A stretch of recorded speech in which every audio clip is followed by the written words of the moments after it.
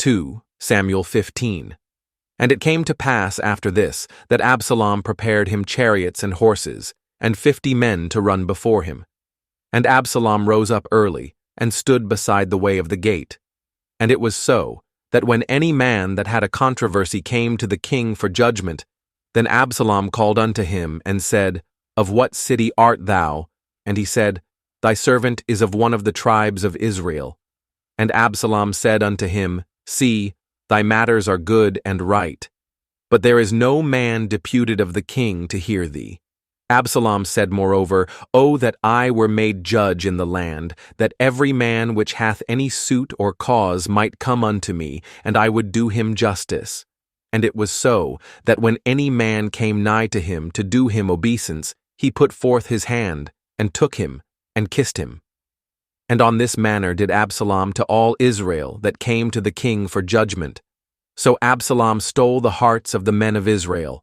And it came to pass after 40 years, that Absalom said unto the king, I pray thee, let me go and pay my vow, which I have vowed unto the Lord in Hebron.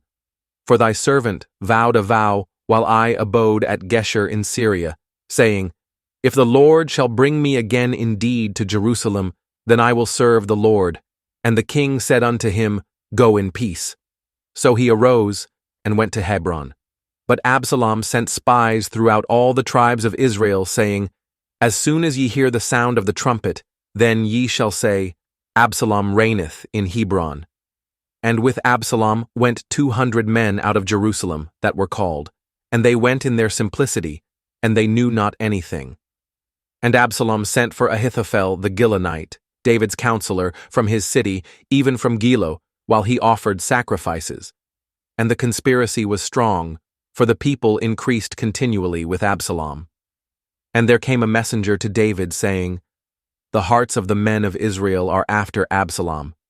And David said unto all his servants that were with him at Jerusalem, Arise, and let us flee, for we shall not else escape from Absalom.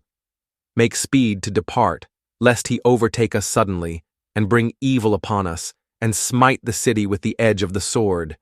And the king's servants said unto the king, Behold, thy servants are ready to do whatsoever my lord the king shall appoint. And the king went forth, and all his household after him. And the king left 10 women, which were concubines, to keep the house. And the king went forth, and all the people after him, and tarried in a place that was far off. And all his servants passed on beside him, and all the Cherethites, and all the Pelethites, and all the Gittites, 600 men which came after him from Gath, passed on before the king. Then said the king to Ittai the Gittite, Wherefore goest thou also with us? Return to thy place, and abide with the king, for thou art a stranger, and also an exile. Whereas thou camest but yesterday, should I this day make thee go up and down with us? Seeing I go whither I may, return thou, and take back thy brethren. Mercy and truth be with thee. And Ittai answered the king, and said, As the Lord liveth, and as my lord the king liveth, surely in what place my lord the king shall be, whether in death or life, even there also will thy servant be. And David said to Ittai, Go and pass over. And Ittai the Gittite passed over, and all his men, and all the little ones that were with him. And all the country wept with a loud voice, and all the people passed over. The king also himself passed over the brook Kidron, and all the people passed over, toward the way of the wilderness. And lo, Zadok also, and all the Levites were with him, bearing the ark of the covenant of God. And they set down the ark of God, and Abiathar went up, until all the people had done passing out of the city.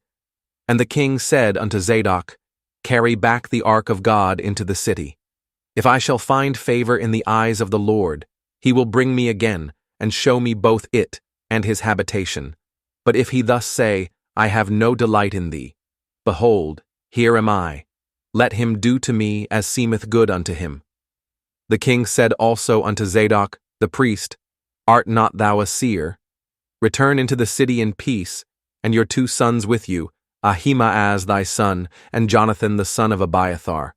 See, I will tarry in the plain of the wilderness, until there come word from you to certify me. Zadok therefore and Abiathar carried the ark of God again to Jerusalem, and they tarried there. And David went up by the ascent of Mount Olivet, and wept as he went up, and had his head covered, and he went barefoot. And all the people that was with him covered every man his head, and they went up, weeping as they went up. And one told David, saying, Ahithophel is among the conspirators with Absalom. And David said, O Lord, I pray thee, turn the counsel of Ahithophel into foolishness. And it came to pass, that when David was come to the top of the mount, where he worshipped God, behold, Hushai the Archite came to meet him with his coat rent, and earth upon his head, unto whom David said, If thou passest on with me, then thou shalt be a burden unto me. But if thou return to the city, and say unto Absalom, I will be thy servant, O king, as I have been thy father's servant hitherto, so will I now also be thy servant. Then mayest thou for me defeat the counsel of Ahithophel. And hast thou not there with thee Zadok and Abiathar the priests? Therefore it shall be, that what thing soever thou shalt hear out of the king's house, thou shalt tell it to Zadok and Abiathar the priests. Behold, they have there with them their 2 sons, Ahimaaz Zadok's son, and Jonathan Abiathar's son. And by them ye shall send unto me everything that ye can hear. So Hushai David's friend came into the city, and Absalom came into Jerusalem.